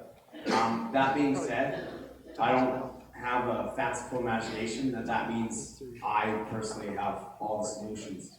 I'm also a fairly humble guy, and I'd be willing to use scientific evidence and economic evidence to base my decisions off of, and to look at the actual numbers and the values. My decisions wouldn't be based just off, I guess, my feelings or any whims. I realize that I'm not the smartest person in the world, and that I personally do not have all the answers, and that there's other people, there's other sources that I can get advice from. So my knowledge of business, I have quite intimate knowledge of a small business, of a country. I personally, zero experience running a country by myself, but I'd certainly be willing and humble enough to reach out and get help with that. I think one of the things that we have to recognize is that there are many small businesses in this country. As a matter of fact, the majority of our gross domestic product comes from small businesses, and they are suffering at this point in time. When you're talking to business people and they're saying that there's more money that is being paid out, that individual employees are getting more money than the actual owners, and this is something that we have to recognize. What had taken place a couple of years ago, and I remember being right in the middle of it, when Trudeau and Morneau decided that they were going to change the tax codes. I got a phone call the day after from a gentleman in Carstairs, and we spoke to some guys in Calgary that then allowed us to get that discussion going with our finance people from Ottawa. And it was just something that needed to be done. We needed to do it immediately. So I do have some experience and people that I know that are struggling as far as small businesses are concerned. I've also had at the macro level an opportunity when I've been involved with industry, science, and technology to be able to look at those Canadian companies, and especially Alberta companies, that have been able to do some amazing things. But they continue to have the handcuffs put on them by the excess taxation that we have, and I think that's something else that we have to be paying attention to. We have to make sure that we can remain competitive, and we have to make sure that we're not going to be in another situation where tens of billions of dollars leave this province, leave this country because of the types of policies of a government like we have.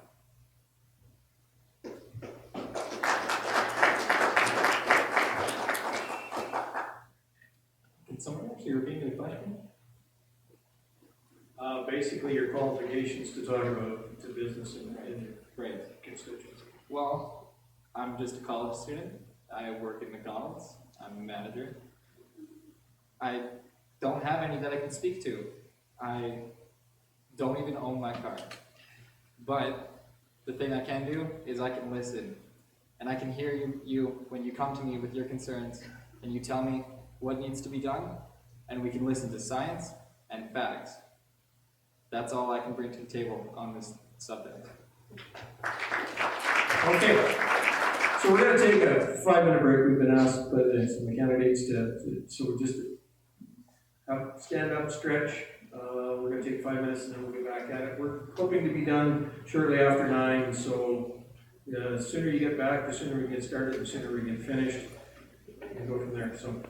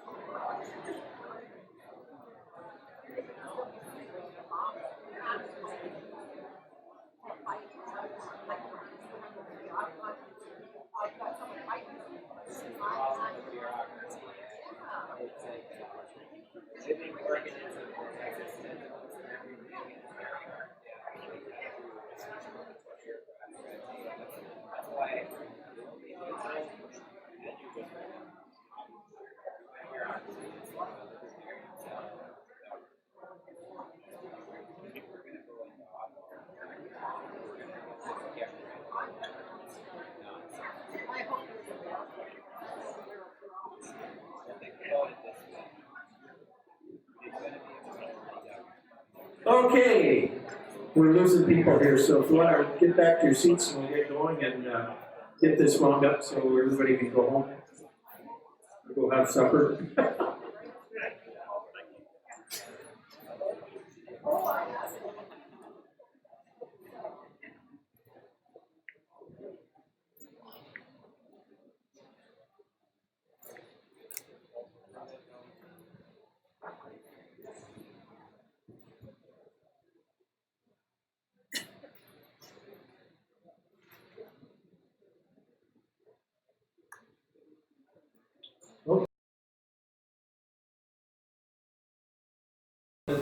Top that's risen to the top.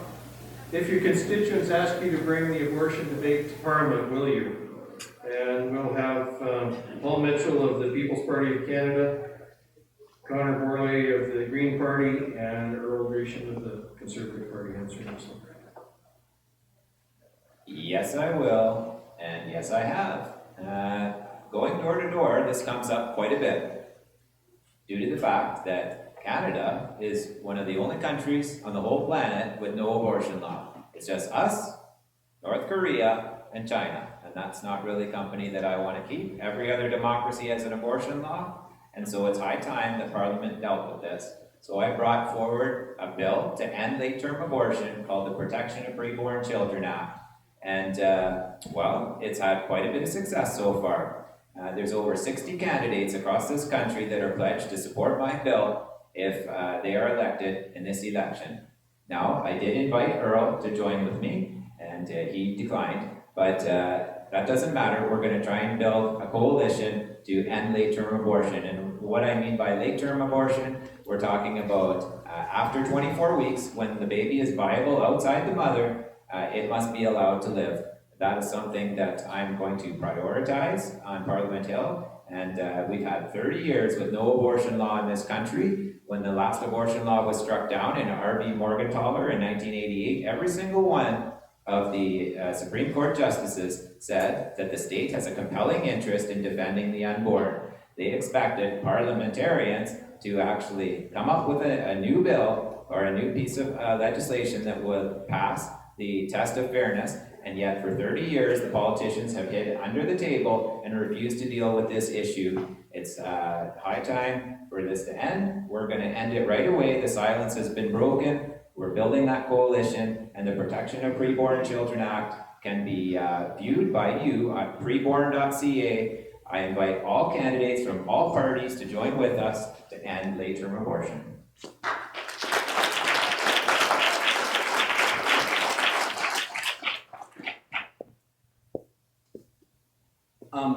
For me, I think a key part of that question is a desire, a reason for that question is a desire to prevent abortion. And I think that we need to realize that there's scientific evidence and proof that the way to limit the number of abortions is not through legislation and laws passed to make them illegal. There's evidence of this in the United States just within the last 30 years that that's not the way, that abortions will still happen. And so I think that the target isn't quite being met in just making it an illegal law, making abortions illegal. For myself personally, I wouldn't pass any law that is infringing on the rights of Canadian citizens. And I believe that that's important for anybody that wants to represent Canadian citizens. So I think really the key to that is providing more support for young women that might find themselves in that situation. A guaranteed livable income, well, maybe it's more feasible for you to keep a child if you know that you're going to be able to feed that child and support that child and educate that child, and that child will have access to health care and pharmacare, and that you'll be able to have the supports that you need in order for that child to live a long and healthy life. So I think maybe just making better options is a better way to, I guess, cut back on the number of abortions.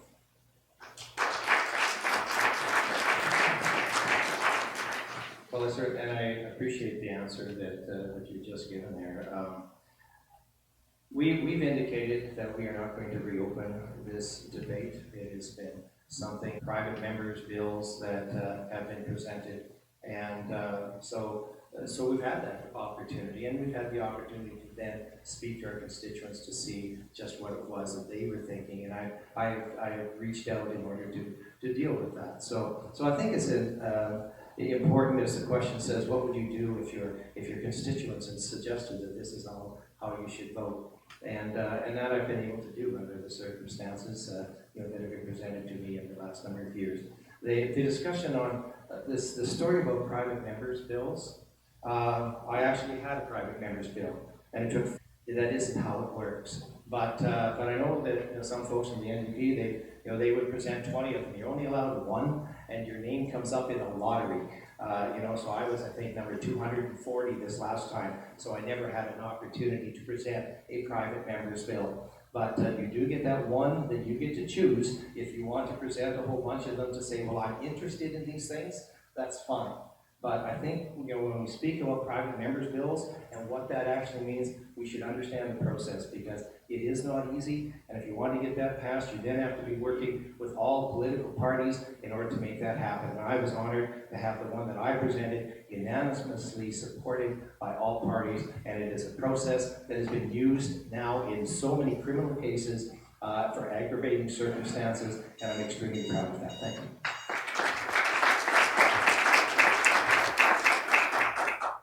Okay, next question. The UN has infiltrated our community and schools. What is the UN is teaching our school children? Okay, a little grammar there. Anyways, will your party end all UN interference in Canada? And speaking on this one will be the NDP, the People's Party, and the Green Party.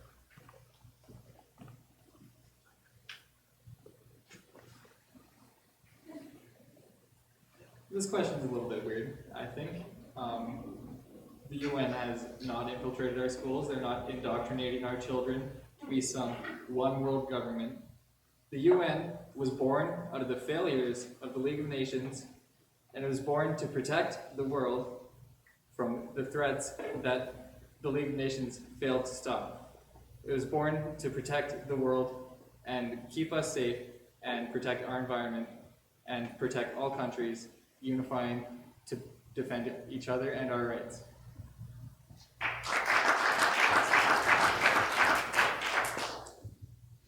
The UN is a completely corrupt organization that does not represent the interests of Canadians. And that's been getting worse and worse over the decades. And you might find it funny, but that's the truth. There's a large group of countries, called the non-aligned countries, that have their agenda that they push forward, and it frequently conflicts with our interests here in Canada. So the People's Party of Canada is going to withdraw from all UN commitments. And so I guess that pretty much answers the question. Moving forward, we're going to have a Canada First foreign policy. Now, of course, education itself is a provincial jurisdiction, but by severing our ties to various UN commitments, I think that will get the job done.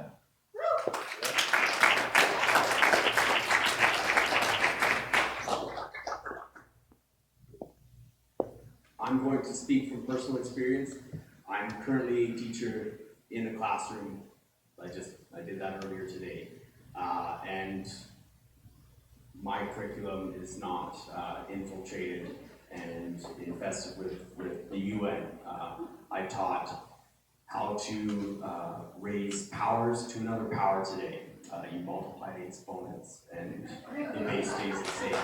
So I'll be honest, I'm not entirely sure how to address that question directly, but it certainly hasn't influenced how I've taught my students math and science. Okay.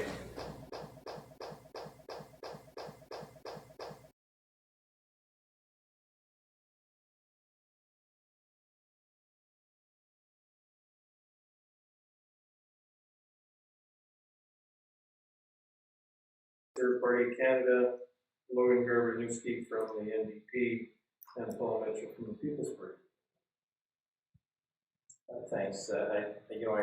We pretty well answered this before, as I indicated that what Alberta had done by having a levy that then went into technology that is improved the lot of not only Canadians but people around the world. So when we talk about green technology, not carbon tax, there's no question about getting rid of the carbon tax. But we also recognize that there has to be a way to incentivize so that people will be able to take what they are investing in and the innovations that they have and send them around the world. And this is one of the reasons why we have what's called a green patent credit. And so that's going to reduce the tax rate from 15% to 5% on any income that is generated from green technology that's developed and patented in Canada and is sent around the world. So, I mean, this is a different way of looking at it. It's a way of saying, we recognize that there's a problem. I mean, the admission was already made by, I believe, everybody that is here, that there is an issue and that there is a problem. But we want to make sure that Canadians and their innovation is what is going to really make a difference. And so we're also looking at a Green Technology and Innovation Fund, so leveraging up to $1 billion in private investment in new venture capital. So this is a process that has been used before for other types of ventures. So that part of it, and a green hub for innovation. So there's a lot of detail that we are dealing well so that we get the advantage of the technology that we have. Thank you.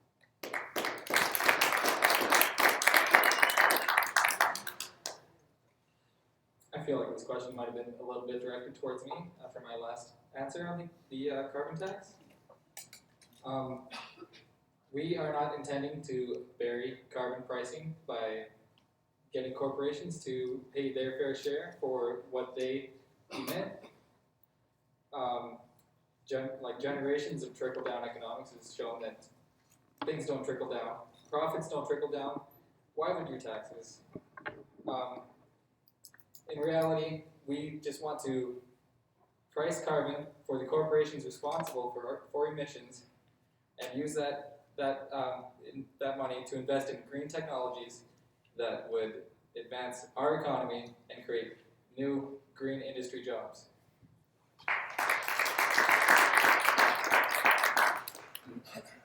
Actually, I didn't agree with everyone else up here on the carbon tax or what we should be doing about CO2. And I think Earl did a fairly artful job of dodging the question, because I heard that Andrew Scheer wanted to have some sort of a cap and trade on heavy emitters, and that's our oil and gas industry. So we are going to scrap the carbon tax, and it's not coming back in any other form, a period, end of the question. And Connor's going to use his wild card to address this question as well. I feel like I'll throw myself in front of this bus with Logan. Obviously, the Green Party, we are not planning on getting rid of the carbon tax, but we do agree that the way it's been implemented is poor. It's crappy, to say the least. So we would want to restructure it so that it is targeted more towards the big emitters and not the citizens of Canada. And additionally, on top of that, the money coming in from the carbon tax, right now it's not really well set out where that money goes to, but the Green Party of Canada has committed that any money coming in from a federal carbon tax would be sent back directly to citizens of Canada as a check. So any money paid towards carbon tax by corporations, business, that comes back, and obviously we would as individuals pay some money towards it, but that money would come back as a check. It's not going anywhere else. It's not being used for any other projects. It's turned around and sent as a check to individuals in Canada. That's the Green Party's promise with the carbon tax. Okay. We've now gone through 16 questions. It's close to 5 to 9. So I'm proposing we do one more question, and then we'll call for the candidates to give their closing remarks. So the next question is, what are your thoughts on vote splitting? And we'll start with Connor, and then Earl, and then Logan. So, yeah, he used his wild card, so that's. I'm going to be perfectly honest. I'm not entirely certain what the term vote splitting means, so I'm going to just give me a little hint here.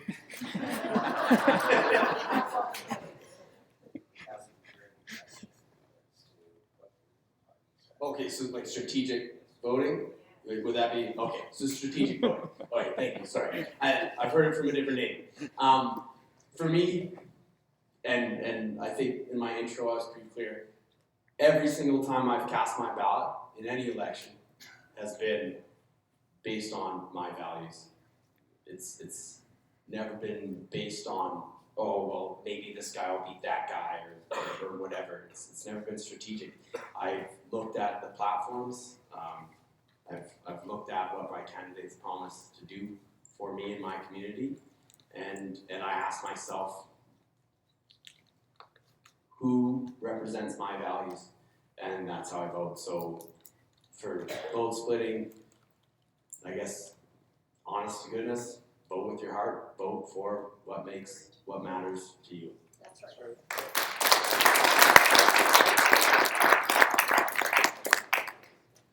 And I agree that that is certainly the way a person should look at it. I think one of the things that we make notice here today is there are 5 candidates. We perhaps you're unaware that there was a Liberal candidate. And as we look at splitting votes, making decisions, strategic decisions as to which political party that one chooses, you also have to take a look at what the results are going to be at the very end. And if the results are that we have a Liberal minority government that is backed up by the Greens and the NDP, we understand where that is going to take us. If we have a majority Liberal government, we know that that will even embolden the Prime Minister that we have to continue with his antics and so on. So that's why we are saying that we need to have a Conservative majority government in order to ensure that we can stop this assault on Canadian citizens by this Liberal Party.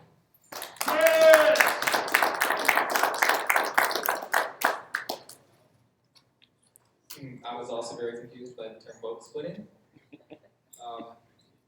So the New Democratic Party holds no secrets. We definitely believe you should vote with your heart and vote for who you believe in and the candidate that aligns with your values. And we would just like to bring up the failures of the Liberal government and their broken promises to bring in what's the term? Proportional representation and putting an end to first past the post, which is something that the NDP government would promise to do first day. I assume So there's a name for vote splitting and it's called democracy. You own your vote. You should vote for who you believe in and for the party that is going to best represent you. Now, I find it interesting that Earl sort of agreed with Connor there, and then he turned around and said, oh, don't split the vote. That's what he really meant. We were at the oil and gas rally together, and he said to my face that you can't split the vote because Trudeau. Well, you know what? Here's the thing. We're going to fight for Alberta here. That's what the People's Party of Canada is going to do because actually, like Connor says with the Green Party, we're supposed to fight for the people here. We have got a platform that is tailor-made for helping Albertans. We're going to impose pipelines. We're going to reduce equalization and make it fair for Alberta. We're going to cut your taxes. We have a fantastic program. So I really encourage everyone here to talk to your friends and neighbors and realize that we have a platform that can win. And I've been told by many, many people who are former Conservatives that they like our platform way better. So I'm going to go to Ottawa and tip over the apple cart if you elect me. I'm not going to go there and make friends. I'm going to go there and fight for you. And so I encourage you, if you're aligned with what I've been talking about tonight, vote for me, tell your friends, we can win here for sure. We can do it. Okay, so that brings us to the formal end of the question period. So we're gonna have all the candidates come up and do their closing statements. They have 2 minutes. Just want to remind you that any question that you didn't get answered here tonight, we're encouraging all the candidates to answer, and it'll be posted on Facebook and the chamber website. So, okay, so we went in alphabetical order the first time, and so now we're going to go in reverse alphabetical order. So your first closing candidate will be Paul Mitchell from the People's Party of Canada.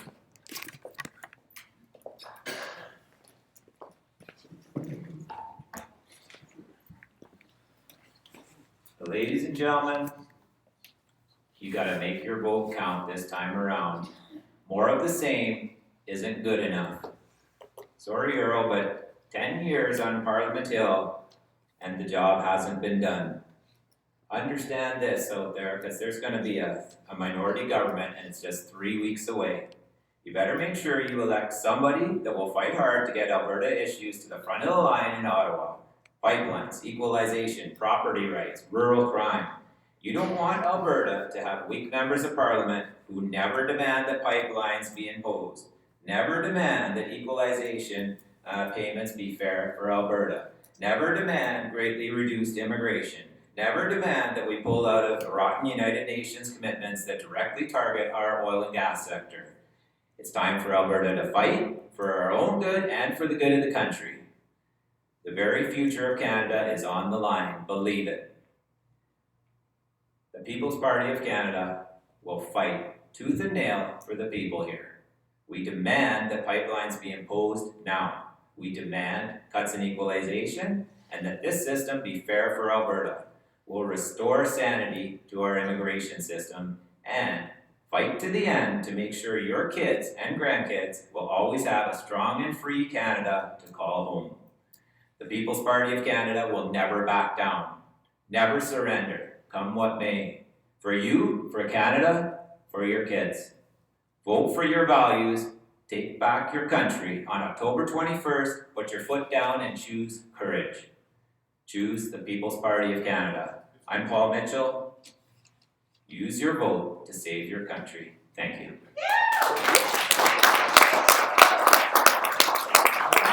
Our next candidate will be Logan Garbaduski of the NDP party.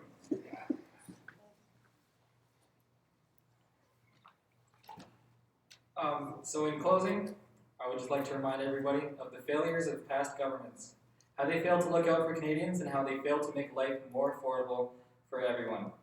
It's time we made life affordable for you and not the corporate elites who can cozy up to the leaders of the Conservative and Liberal governments. It's time we expanded healthcare to cover all the needs that has to do with the person's health. And it's time we rebuilt our economy and allowed small businesses to once again thrive.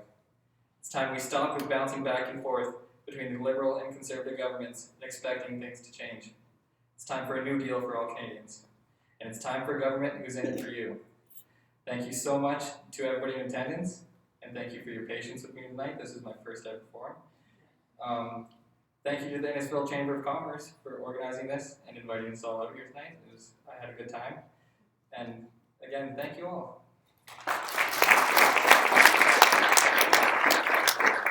Our third candidate is Earl Dreeshen of the Conservative Party of Canada.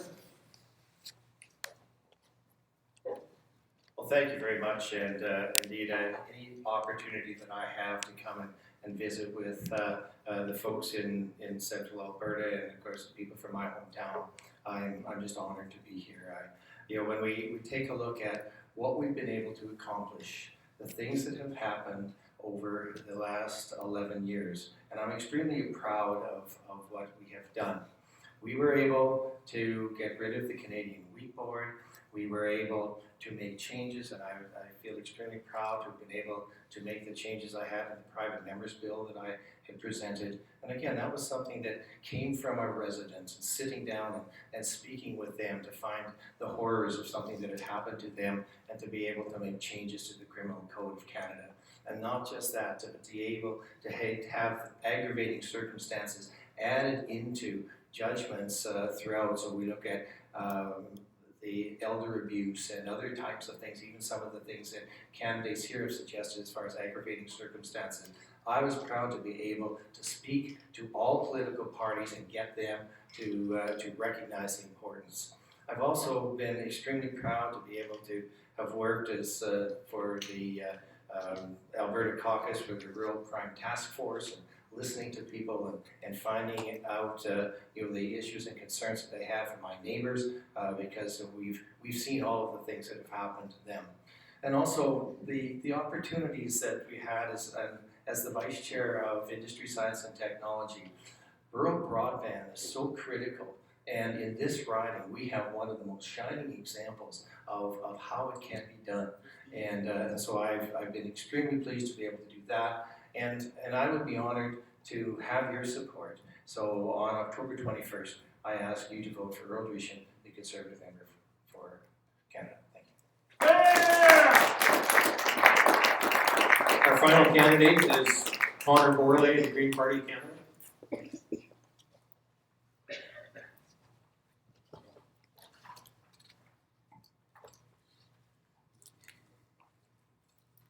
As an elected official, my job would be to represent you. In my efforts to do that, this summer I've spent a number of evenings sitting in on town council meetings and asking councils what is best for them. In fact, my campaign manager went to Elnora tonight to sit on a council meeting because I couldn't be there. But he's there listening to the needs of the Elnora Council to bring it back to me so that I can best represent them. Now, I'll be honest, I won't necessarily always tell you what you want to hear. Use the catchwords or catchphrases that make you happy. I'm not going to do that just so that I can get the most support and I can be re-elected 4 years from now. Because I'll be more concerned with telling you the truth about discovering the most basic needs of my constituents and determining through research and real-life examples the best way to meet those needs, even if it's something out of the norm. I won't concern myself with the pomp and circumstance and customs of the elected office, sucking up to the right people or trying to make somebody happy. I won't develop an inflated ego or anything that will distract me from doing what I'm supposed to do, which is serving you. I'll fight for you, and despite my calm demeanor here, I am the youngest of 6 children. I can be loud, I can be very annoying. I'm very hard to ignore, and that's what I would promise to you if I was up on Parliament Hill representing you. Because to me, that's what democracy should represent. It should represent its people. And Albertans, well, let's be real, we're a pretty hard type of people to ignore.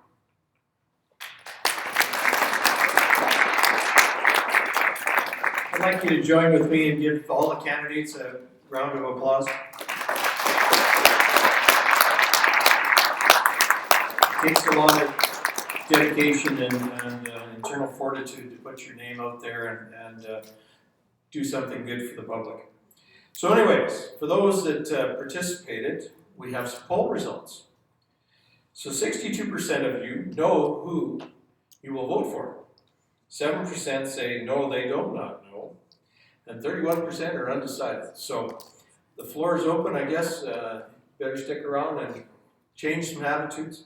So anyways, on behalf of the chamber, I'd like to thank everybody for coming out. I'd like to thank the candidates and thank everybody for taking part in this democratic process. Have a good evening.